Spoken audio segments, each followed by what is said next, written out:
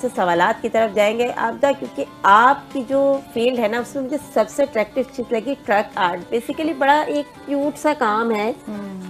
मुझे याद है कुछ टाइम पहले हम जाएं तो शर्ट्स पे भी ये आर्ट जो है बनना शुरू हो गया था। जी तो जी। इस हवाले से कुछ बताएं कैसे आप इसमें आई, क्या स्कोप है इसका? अच्छा देखिए, मैं बहुत पेट्रियाटिक पर्सन हूँ और मुझे अच्छा लगता है कि मैं अपने मुल्क की चीज़ों को प्रमोट करूँ। क्या तो बात ये है। दैट्स जी, ग्रेट। और ये जो आर्ट है तो ये खालिद हमारे मुल्क का है और जी इसकी बिल्कुल। इजारादारी है हमारी। तो मैंने समझा कि ट्रकों पे तो चले वेल एंड गुड, बहुत अच्छी बात है, ट्रकों पे होता है। मैंने ये चाहा कि मैं इस ट्रक को आर्ट को मैं इसको मुख्तलिफ चीज़ों पे लेकर आऊँ, जैसे डोर्स पे, दरवाज़ों पे, फैब्रिक्स पे, शूज़ पे, बैग्स पे, हर चीज़ पे मैं इसको लेकर आई, यूटेंसिल्स पे लेकर आई इसको। तो मेरा मकसद यही था कि मैं इसको प्रमोट करूं। और देखें कि वो आर्ट कभी प्रमोट नहीं होता जब तक उसमें इनोवेशन नहीं आती। जब हम उसमें कोई जिद्दत लेकर आते हैं तो वो आर्ट प्रमोट करता रहता ऐसा ही है ना। तो अब मैंने चाहा, और एक मेरी ख्वाहिश ये भी थी कि मेरे तवज्जुह से ये आर्ट जो है ये मैं मुख्तलिफ अपने यंग जनरेशन को मैं सिखाऊं, चाहे वो किसी भी इलाके के हों, अंडर प्रिविलेज्ड बच्चे हों या स्पेशल बच्चे हों या जो भी हों, मैं इनको सिखाऊं। तो अल्हम्दुलिल्लाह मैं इस पर काम कर रही हूँ और बहुत अच्छी तरीके से कर रही हूँ। बच्चों में बहुत जज्बा है और इसको देखें हम लोग अपना एक अर्निंग टूल भी बना सकते हैं ना। जैसे मेरी काम मेरा बाहर जाता है, मग्स पे जाता है, हांडीज हैं या बैग्स हैं, तो शोपीस भी बड़े प्यारे लगते हैं, बहुत तो प्यारे, बहुत, हाँ बहुत अच्छे से लगते हैं। हाँ ठीक से। देखें, और बाहर के लोग बहुत पसंद करते हैं जी, हमारे जी, आर्ट ऐसे ही को ना। ये बिल्कुल। बहुत खूबसूरत आर्ट है, बहुत वाइब्रेंट कलर हैं इसके, जी, वाइब्रेंट कलर बिल्कुल, हैं वो हैं। attractive लगता है जी बहुत। बिल्कुल। तो हम थोड़ा सा, मैंने इसमें थोड़ी सी जिद्दत भी लेकर आई हूँ। और ये कि मेरा ये है कि इस आर्ट को हमारे स्कूलों में, जैसे हम सादकाइन को और पिकासो को और माइकल एंजेलो को पढ़ाते हैं, तो मैं समझती हूँ कि ट्रक आर्ट को भी पढ़ाना चाहिए। बेशक ये बहुत वैसे तबके से आया है, लेकिन ये एक प्रॉपर आर्ट है, ये इसके हमारे एक कल्चर का हिस्सा है। तो बिल्कुल। मेरा पूरा फोकस यही है। और इससे बच्चों को, मुझे ये होता है कि देखिए पांचों उंगलियां बराबर नहीं होती ऐसे ना, ही बिल्कुल। हर बच्चा पढ़ नहीं सकता। जैसे मेरे वालिद मुझे डॉक्टर बनाना चाहते, तो मुझे एक दिलचस्पी नहीं थी डॉक्टरी से, मेरा आर्ट का था। मैंने आर्ट नहीं पढ़ा, ये मेरा वो था कि फाइन आर्ट का डिपार्टमेंट हमारे कॉलेज में नहीं था, लेकिन मेरे अंदर एक आर्टिस्ट था। फिर शादी के बाद फिर मैंने ये आर्टिस्ट थोड़ा सा, जब मैंने art as a art teacher में गई, हालांकि मैंने ज्योग्राफी पढ़ा था। वो सब लोग कहते थे नहीं आप ज्योग्राफी पढ़ाएं, मैंने कहा नहीं, वो मैंने तो वैसे पढ़ लिया था, कुछ नहीं था, तो मैंने ज्योग्राफी पढ़ ली क्योंकि मुझे रटने से दिलचस्पी नहीं थी। मुझे ये था कि ये भी नेचर का एक नेचर है, ज्योग्राफी भी ये पूरी नेचर है। तो वो फिर मेरे अंदर का जो था ना आर्टिस्ट, उसने फिर वो काम दिखाना शुरू किया। फिर मैंने थोड़ा सा, ज़ाहिर है आजकल तो यूट्यूब चैनल्स इतने हैं, मुझे थोड़ा सा मैंने उस पर वो किया, और ख़ुद मेरा अंदर की जो इनोवेशन थी उससे फिर मैंने ये चीज़ें बनाना शुरू की और करना शुरू किया। और अल्हम्दुलिल्लाह मैं समझती हूँ कि मैं बहुत अच्छी तरीके से कामयाब हुई। इरशाद की तरफ चलते हैं। इरशाद माशाल्लाह जनरल मैनेजर चंगान क्लिफ्टन आप इस वक्त मौजूद हैं, तो ये सफ़र इतनी आसानी से तो नहीं मिला होगा, इसके लिए बड़ी जद्दोजहद आपको करनी पड़ी होगी। थोड़ा सा हमारे यूथ को, व्यूवर्स को बताएं कि आपने कहाँ से शुरू किया और इसमें कितनी मुश्किलात, परेशानियाँ आपको आई? शाह साहब, थैंक यू सो मच, आपने मुझे अपने प्रोग्राम में इनवाइट किया। और बिल्कुल आपने जो कहा ऐसा ही है।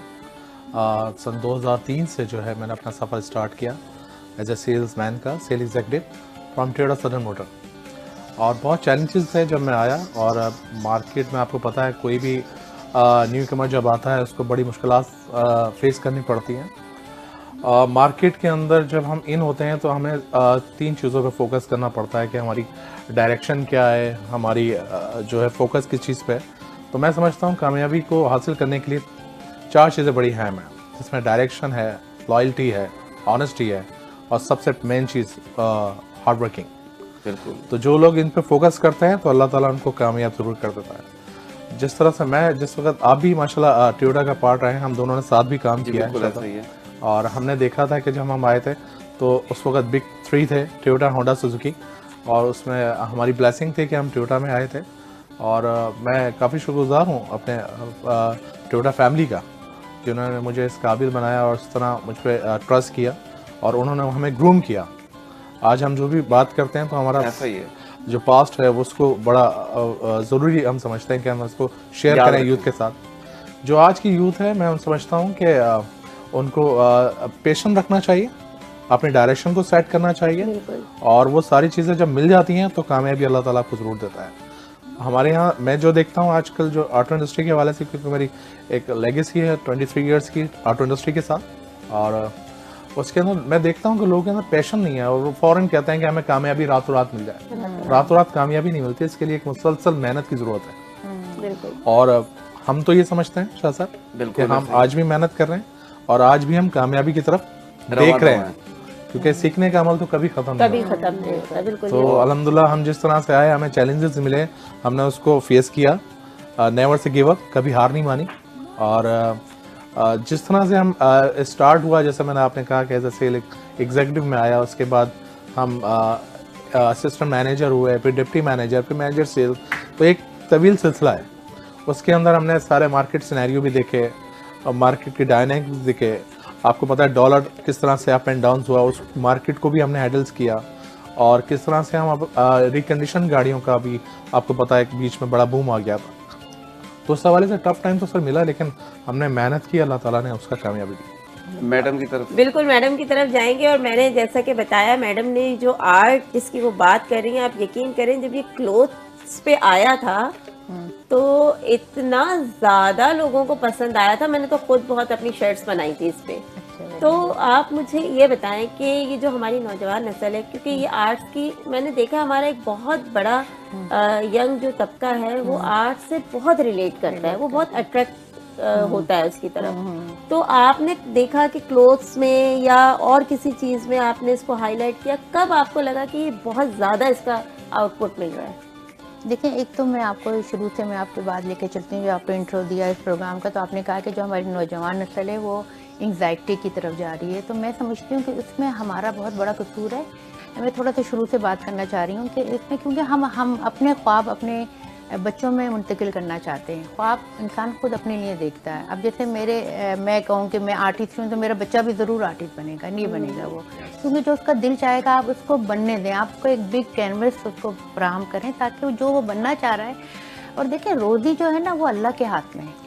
अगर मैं आज डॉक्टर बनती तो हो सकता है मैं इतना काम नहीं कर पाती, ना मैं इतनी, मतलब अल्लाह ताला ने फिटरत आर्ट कौन करता, फिटरत आर्ट कौन करता है ना। तो हर एक उसके लिए अल्लाह ने एक माइंड, एक ब्रेन बनाया है। तो अब मैं एक आपकी तवज्जो से एक प्रोग्राम ये भी पैगाम देना चाहूँगी कि देखिए, बच्चों पे आप फोर्स ना करें। एक ऑलरेडी उन पे इतना ज़्यादा एक बर्डन है उनके ऊपर, तो बच्चे जो करना चाहते हैं ना वो करें। और दूसरी ये कि हमारे बच्चे वैसे ही, हर ज़माने में हमारे तरह के बच्चे रहे हैं, अब भी ऐसे ही हैं। हमें ऐसा लगता है कि वो शायद ऐसे हैं या वैसे हैं। और एज अ टीचर भी मैं रही हूँ, तो मुझे ये होता है कि आप बच्चों को अपने लेवल पे ना लेकर आए, आप बच्चों के लेवल पे जाके जब बात करेंगे ना, आप बच्चों के लेवल पे जाके बात करें तो वो फिर आपकी बात को अंडरस्टैंड करेंगे। हम चाहते हैं कि बच्चा हमारे लेवल पे आके बात करे, फ्रेंडली एनवायरनमेंट में काम करे। वीडियो भी देखी थी कि आप स्पेशल बच्चों के साथ भी जो है वो स्पेशल बच्चों के साथ आप देखिए, बच्चे जो है ना प्यार के ज़बान को समझते हैं, चाहे वो ब्लाइंड हैं, चाहे वो मतलब स्पेशल बच्चे हैं, वो लम्स को और उसको समझते हैं। तो आपने उसी तरह से मतलब बात करनी है। और अगर एक आर्ट में आपने ज़बरदस्ती नहीं करनी, है ना। और दूसरा ये कि जो बच्चा आर्ट करना चाहता है, तो जैसे मैं अभी आपके हवाले से बताऊंगी, आपका एक सवाल भी था कि किस चीज़ पे, हर चीज़ पे देखें। एक तो फैब्रिक्स पे भी लोग बहुत पसंद करते हैं। हांडीज़ मेरी स्पेशली बहुत मशहूर हैं और मग्स मशहूर हैं मेरे, उस पर मुख्तलिफ जुमले लिखे हुए होते हैं, तो वो बाहर के मुल्कों में भी जाते हैं। और मेरे अपनी फैमिली के और दोस्त के लोग इतने लेते हैं कि मुझे एज सच को बहुत ज़्यादा करना नहीं पड़ता।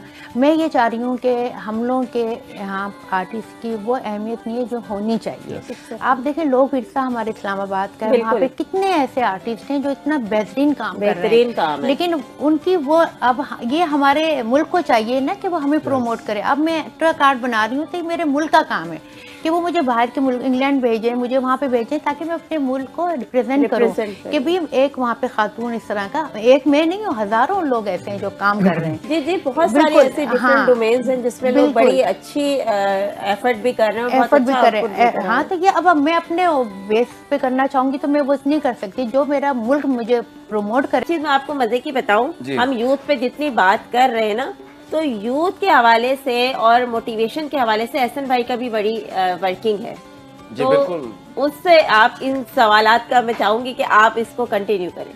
अच्छा, देखिए, यूथ के तो बहुत सारे प्रॉब्लम्स हैं और हमारा जिम्मेदारी है कि हम ऐसा कंटेंट लेकर आएँ जिससे हमारी मुआशरे में बेहतरी आए हमारी यूथ के लिए। क्योंकि टाइम आप देखें कि बहुत ज़्यादा हम मोबाइल पर स्क्रॉलिंग कर रहे होते हैं, टाइम वेस्ट कर रहे होते हैं, तो क्या कोई ऐसा मैसेज हमारे यूथ के लिए सबसे पहले दें?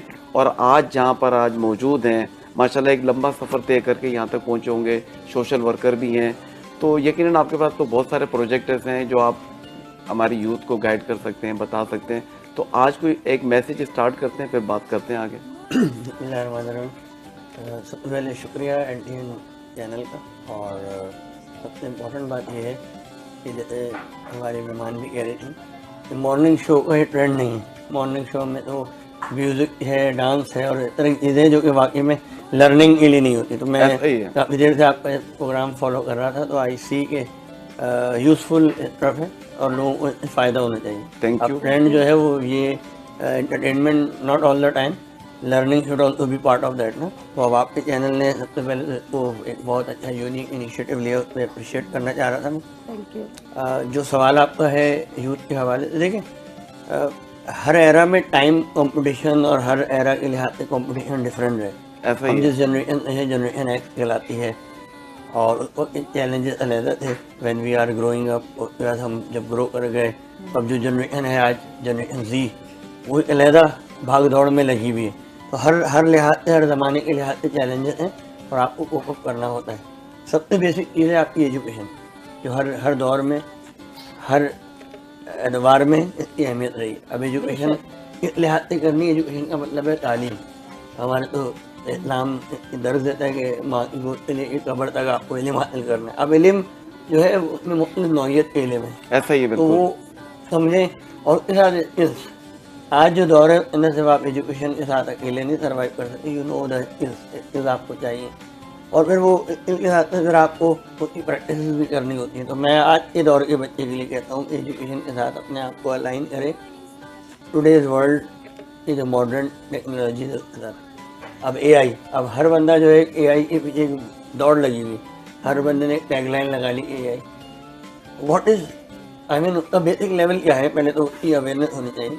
तो हर बंदा डायरेक्ट एडवांस पे चला जाए, ये भी सही नहीं। तो मैं समझता हूँ कि अभी मैं एक समर वेकेशन का वो देख रहा था, ब्रोशर फ्लैग, मुझे अच्छा लगा कि वो एक बेसिक लेवल का AI इंट्रोडक्शन बच्चों को करा रहे हैं। वो स्कूल के बच्चे जिनको अभी उनका शायद इतना यूज़ नहीं है, लेकिन वो आज से अवेयर होंगे, उनको आगे चल कर के बिल्कुल अवेयरनेस होगी तो कुछ कर पाएंगे आगे। ये अब हमें मई जून जुलाई का मतलब जो है नानी के घर और दादा के घर और फूफो के घर जाने का नहीं होता था। हमारे ज़माने में ये होता था, मैं आपसे बता रहा हूँ। सही है। उसका मतलब होता था किसी जगह पे पिकनिक हो जाती थी, घूमने किसी जाना जगह है। पे फार्म हाउस चले जाते थे, जब हम यंग हुए की बात कर रहा हूँ। और अब इस दौर में समर वेकेशन का मतलब है कि आपने अपनी एजुकेशन अगर चल रही है तो आपने स्किल एक्वायर करनी है। स्किल अगर ले लिए तो कुछ और फेमिलियर होना है फिर। और अगेन एंटरटेनमेंट के लिए नेटफ्लिक्स भी है और there are many other good resources जिससे आप यूज़ कर सकते हैं। तो कॉम्बिनेशन बनाना चाहिए, ऐसा भी ना हो। मुझे आज तक याद है जब हमारी छुट्टियाँ होती थी तो वो जो आखिरी के 2 दिन रह जाते थे, वो जो गर्मियों की छुट्टियों का होमवर्क होता था उस वक्त कंप्लीट हो रहा होता था। Teacher knows, they all know कि भाई जब ये बच्चा स्कूल करके आया तो उसमें हो सकता है काफ़ी अब्बा भर रहे हो, अम्मी भर रहे हो, हम भर रहे हो, लेकिन वो बस जमा हो जाता था। उतना भर के हम जमा करा देते थे और बोलते थे भाई जून जुलाई की छुट्टियां गुजार कर आ गए, ये होमवर्क कर। बिल्कुल आपकी तरफ दोबारा भी डॉक्टर मारिया की तरफ चलते हैं। डॉक्टर साहब ये बताएं कि आजकल हम देख रहे हैं कि हॉस्पिटल भी बहुत बन रहे हैं और जिस हॉस्पिटल में जाएं उस हॉस्पिटल में लाइंस लगी हुई हैं। इवन इमरजेंसी की अगर हम बात करें तो पेशेंट को 4-4, 5-5 घंटे वेटिंग इमरजेंसी में, जिसको ट्रीटमेंट इमरजेंसी में चाहिए होती है। तो हमें जो है बजाय कि हम इलाज की तरफ जाएं, हम प्रिकॉशन क्यों नहीं लेते कि बंदा बीमारी कम हो? तो क्या ऐसी डाइट हम लें, अपनी हेल्थ का ख्याल रखें, फिटनेस पे रखें? तो थोड़ा सा उस पर आप रोशनी डालिएगा। अस्सलाम वालेकुम। सबसे पहले तो थैंक यू सो मच, आपने मुझे इनवाइट किया अपने प्रोग्राम में। It's a very good question actually. Cure is always better than treatment, क्योंकि ट्रीटमेंट आपको जब भी रिक्वायर्ड होगा जब आप किसी ना किसी डिजीज़ का शिकार हो जाएंगे। तो इससे बेहतर है कि आप प्रिकॉशनरी मेजर्स को फॉलो करें और क्योर को फॉलो करें। अब वो क्योर क्या है? वो क्योर ये है कि देखें, लाइफ स्टाइल अपना हेल्दी रखें, कोई ना कोई फिज़िकल एक्टिविटी अच्छी रखें और साथ ही आपने अपना स्ट्रेस को मैनेज करना है, स्लीपिंग आवर्स को अपने जो है वो कंप्लीट करना है और कोई ना कोई हेल्दी एक्टिविटी करें।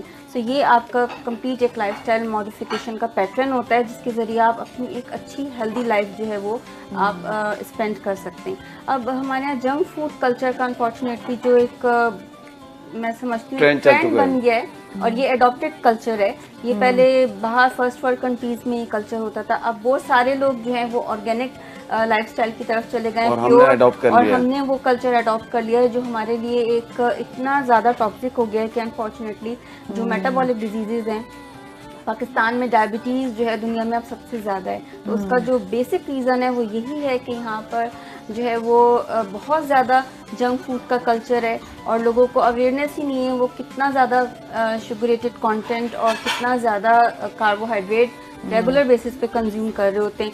प्लस उनका सीडेंट्री लाइफस्टाइल, कुछ हेल्दी एक्टिविटी नहीं है, फिजिकल एक्टिविटी नहीं है, बैठे रहते हैं एक जगह पर और आवर्स के आवर्स रहते हैं। अच्छा, एक तो चीज़ है कि ठीक है आपकी हेल्दी डाइट नहीं है, लेकिन एक चीज़ हम देख रहे हैं कि सोसाइटी के अंदर कि लोगों की जो रात है वो रात को 3 बजे 4 बजे हो रही है, तो पूरी हम रात जागते हैं और सुबह हम सोते हैं, पैटर्न भी तो ये तो एक सबसे मेजर है। बिल्कुल। सो इसको बेहतर करना, मैंने कहा ना कि लाइफस्टाइल मॉडिफिकेशन में आपका स्लीप पैटर्न भी जो है वो बहुत कंट्रीब्यूट करता है और साइंटिफिक रिसर्च ही हमें बताती है कि रात 10 बजे से लेके सुबह 4 बजे तक जो आपने 6 आवर्स की स्लीप है ना, ये बेस्ट होती है क्योंकि इससे इस स्लीप के दौरान आपके बॉडी में और स्टमक में स्पेसिफिकली डाइजेस्टिव एंजाइम्स जो हैं वो सीक्रेट होते हैं जो कि आपकी डाइजेशन को प्रमोट करते हैं और आपकी गट हेल्थ के लिए अच्छे हैं और ओवरऑल वेलबींग के लिए अच्छे हैं। अगर आप ये इंपॉर्टेंट टाइम जो है स्लीपिंग आवर्स का ये मिस करते हैं और आप जो है फिर सुबह में सो रहे हैं तो आपका पूरा लाइफस्टाइल या लाइफ पैटर्न जो है वो डिस्टर्ब हो जाता है।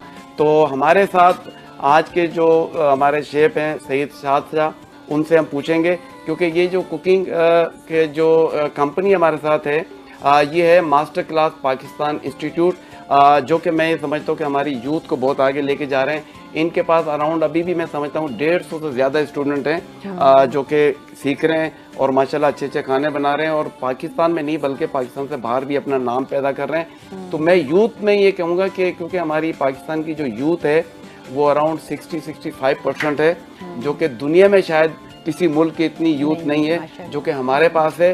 तो मैं ये चाहूँगा कि हमारा जो कॉरपोरेट सेक्टर है, बड़ी बड़ी जो मल्टीनेशनल कंपनीज हैं वो और हुकूमत पाकिस्तान हमारे यूथ को सही यूटिलाइज करें और अगर आप यूथ को सही यूटिलाइज करेंगे, उनका पॉजिटिव माइंड सेट करेंगे और उनमें आप अगर थोड़ा सा ट्रस्ट करेंगे तो फिर आप देखिएगा कि हमारी यूथ क्या कुछ नहीं कर सकती है। क्योंकि मैं हमेशा कहता हूं कि पाकिस्तान में टैलेंट की कमी नहीं है, सिर्फ उनको आपने अपॉर्चुनिटी देनी है। जब आप उनको अपॉर्चुनिटी देंगे वो कैसा परफॉर्म करेंगे आप सोच नहीं सकते।